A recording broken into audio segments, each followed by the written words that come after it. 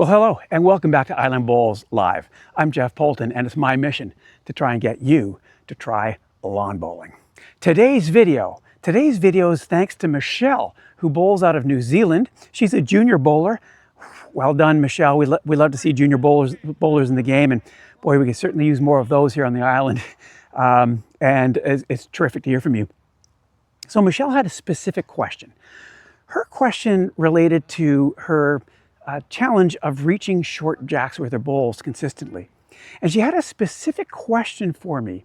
This question came out of a video I had done for Alistair Kerr. Alistair lives in Ayrshire, Scotland, and I did a special delivery video for him outlining some of the tips and techniques that I use to try and reach a jack. He was having trouble getting his bowl consistently to the jack. In that video, I said, short jack, short step, long jack, long step. And Michelle was asking for a clarification. What on earth do you mean by that? It's terrific for you to ask the question, Michelle, and I'm happy to see if I can't answer it for you. Okay, so let me take you back to when I started bowling. Listen, it's not that long ago, a year and a half ago now. But when I started bowling, my release on every bowl, it didn't matter, on every delivery would look the same. It would always be a very big long step and a very big backswing. It would look like this. And, it was okay, I guess. The problem for me, of course, and the problem I think most people would have, is that if your backswing is so dramatic, you're having to recalibrate the momentum of your arm coming down to release point based on where that jack is. It's tough to do that. The second thing is my step was so far that by the time I released the bowl, it had traveled a long way down before I let it go, which contributes to the momentum of the bowl. So let me walk you through what I'm doing. Now you're going to see here in front of you two markers. I don't know if you can see these chalk marks on the green, but there you go. This chalk mark, the white marker, indicates where my short step is, and the yellow marker is indicative of where my longer step is. I use this short step for short jacks, 21 meters, 22 meters. This next one probably gets me to 26 or 27 meters, and I might even step longer to get to 32 meters. So that represents my short step and my long step. But importantly, the momentum for the bowl, the actual force you roll down the green, does not come solely from the arm. In fact, it comes mostly from your step. You're still swinging your arm, you're still moving your arm, of course, but if you were to look at a ratio, your step is probably providing 75% of the momentum of your bowl as you deliver it. And so I advocate for a couple of things when it comes to release.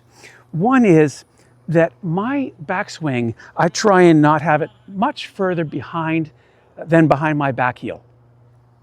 So not much further than behind back here. And on release, I'm trying to release my bowl with the front of my foot, okay? More or less where my front of my foot touches the ground, touches to the green. So it looks like this, and I put the bowl down here for a second. It looks like this. I'm in my position, and that's the way I look, okay? And if it's longer, it looks like this. Now, it makes sense that your bowl is moving more quickly when you're taking a longer step because your arm is in motion for a longer period of time. Think about it. If I'm here and I'm rolling to a longer jack and I'm taking a longer step, my bowl is in my hand for a longer period of time. When I'm on a short step, my bowl is in my hand for a shorter period of time. So I'm going to set a bit of a target up, and I'll show you what I mean in terms of how I use my short step to get to where I'm going to go.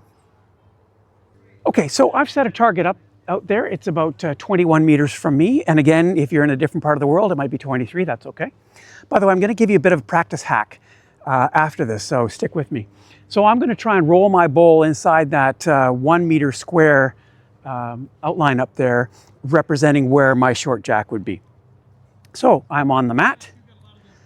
I know this is going to be a short step.